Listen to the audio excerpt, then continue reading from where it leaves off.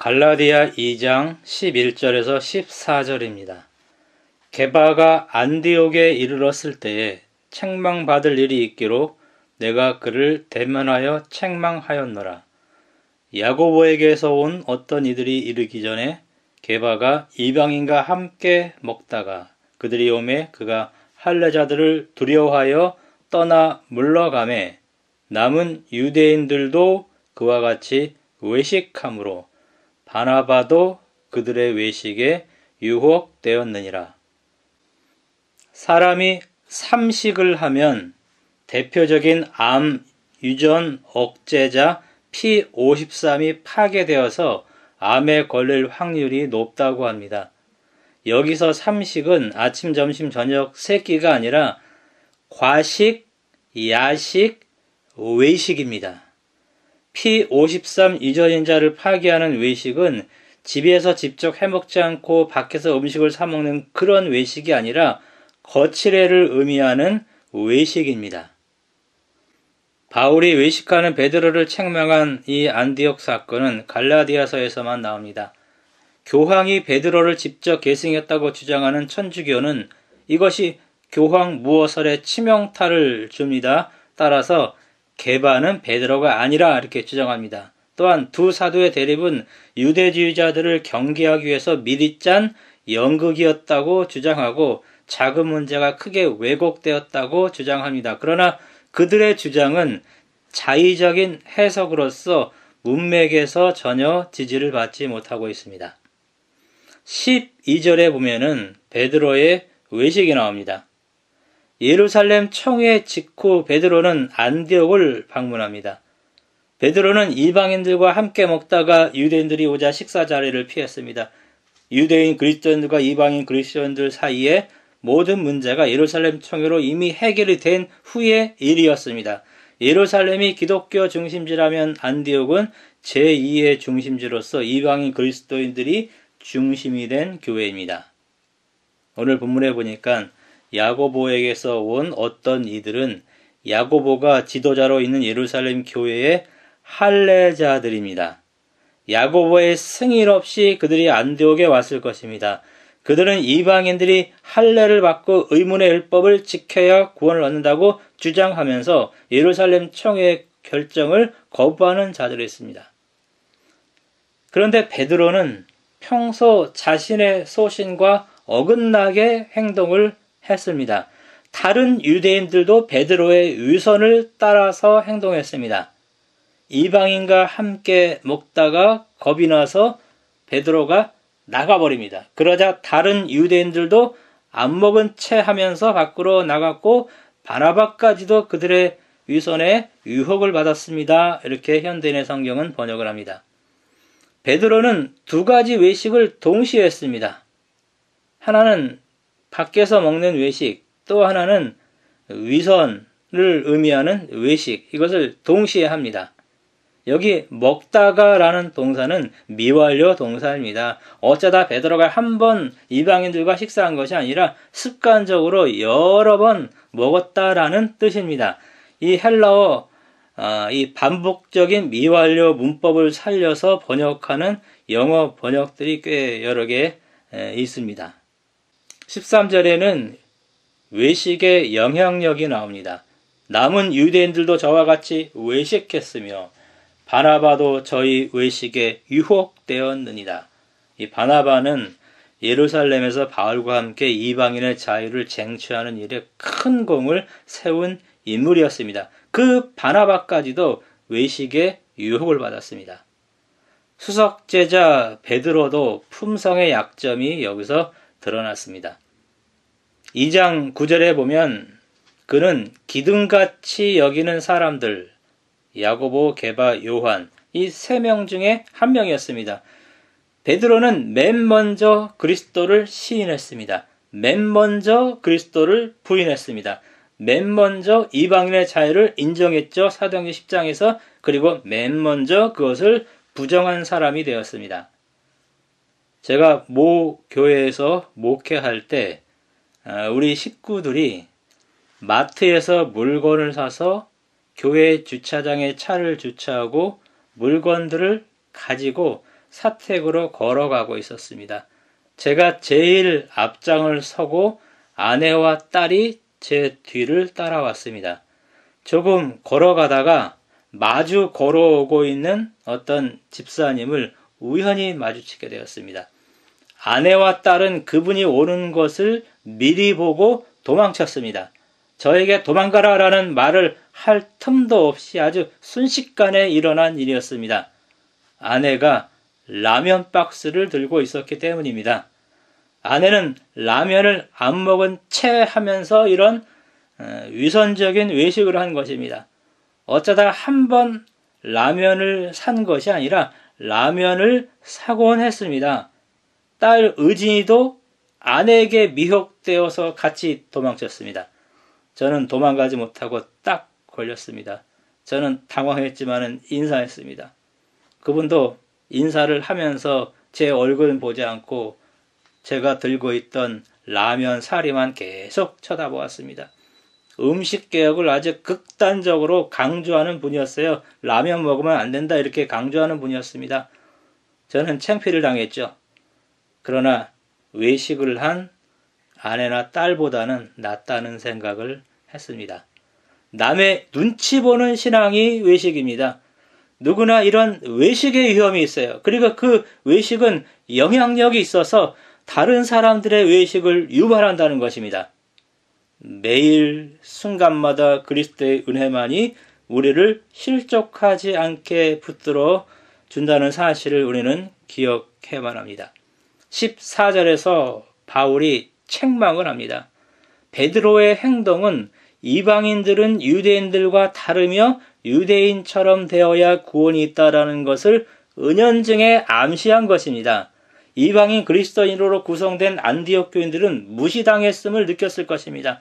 이것은 결국 교회의 분열을 초래할 것처럼 보였습니다. 그래서 바울이 베드로를 아주 공개적으로 심하게 책망한 것입니다. 유대인은 이방인과 식사하는 것을 위법이라고 생각했습니다. 사도행전 10장 28절에 나옵니다.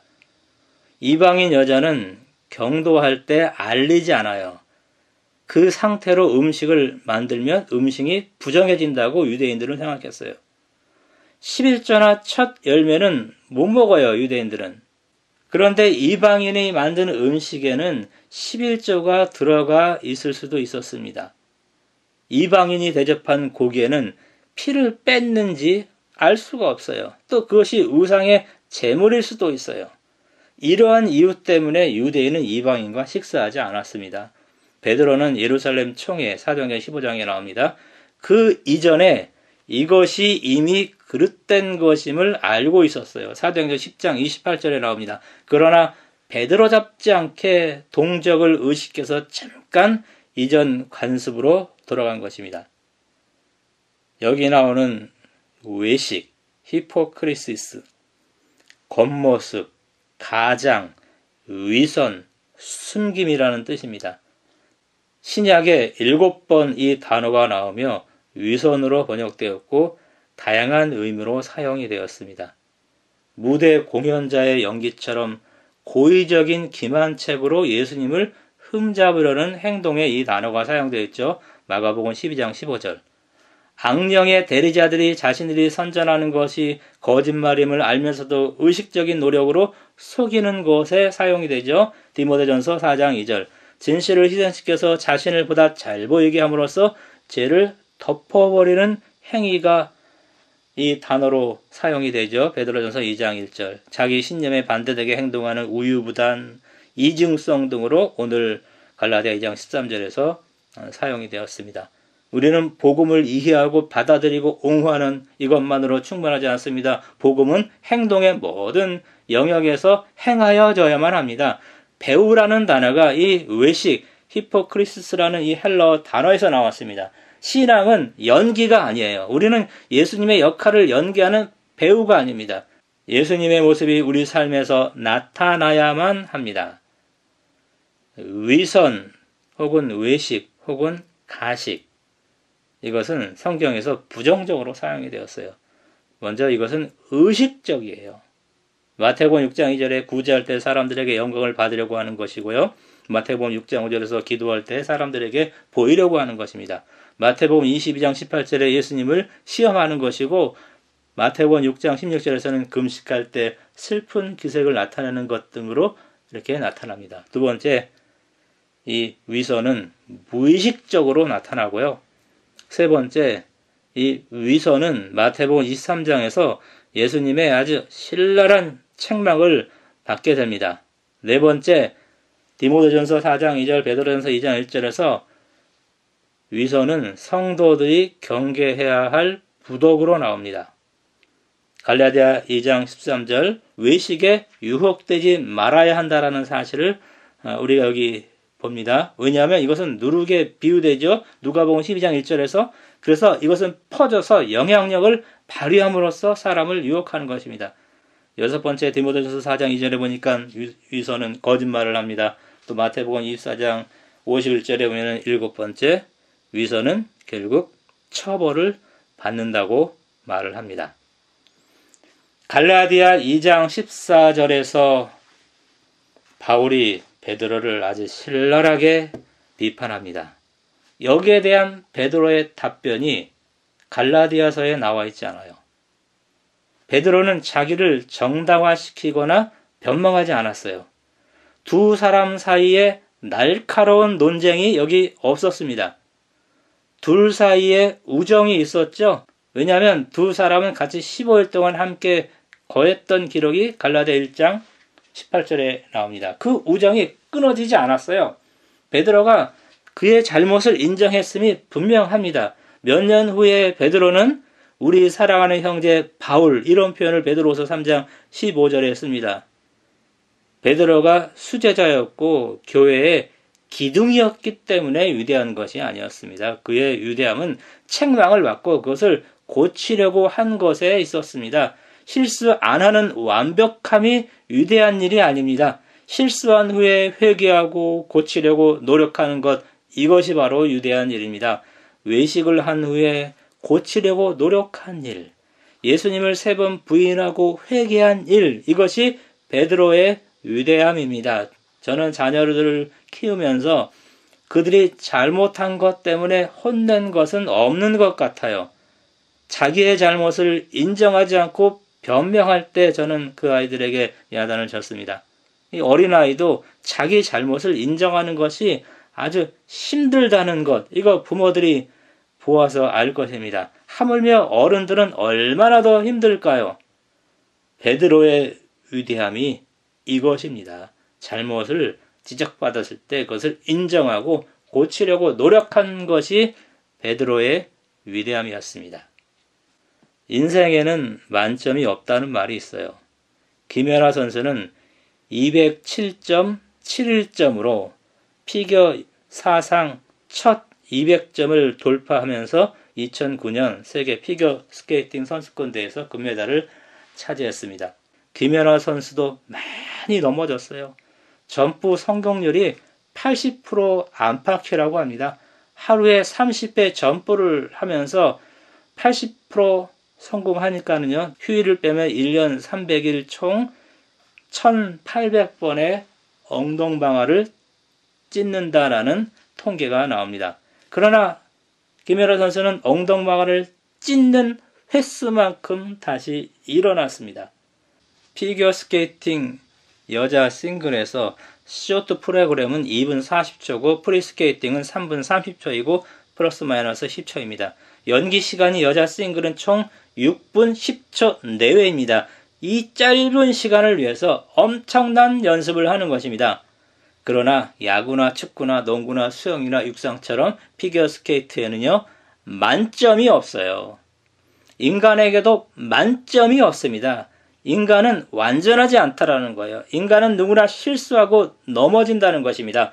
바울은 이방인들과 함께 밖에서 밥을 먹으면서 외식하면서 또 다른 외식 위선을 하는 선배 베드로를 책망하면서 갈라디아 2장 15절에서 21절에 믿음으로 말미암는 의의 진리의 근거에서 살아야 한다라는 교훈을 우리에게 주었습니다. 베드로는 외식을 했지만은요, 그 외식을 인정하고 즉시 회개했습니다. 우리는 뭔가를 책망받을 일이 생긴다면요, 그것을 고치려고 노력해야만 합니다. 그리고 갈라디아 2장 14절에 있는 것처럼 복음의 진리에 따라 바로 행하여야 합니다. 복음의 진리에 따라 바로 행하는 것, 이 행위에 만점이 없어요. 예수님을 닮아가는 일에는 만점이 없어요. 여기서부터 시작해서 하늘에 가서도 영원토록 우리는 예수님을 닮아갈 것입니다.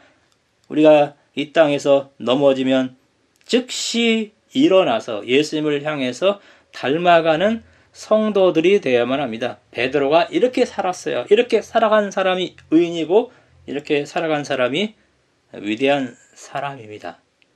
잘못을 책망받을 때 즉시 회개하고 그것을 고치는 일을 다시 시작하면서 예수님을 향해 자라나는 우리 모든 성도 되기 바라면서 말씀 마치겠습니다.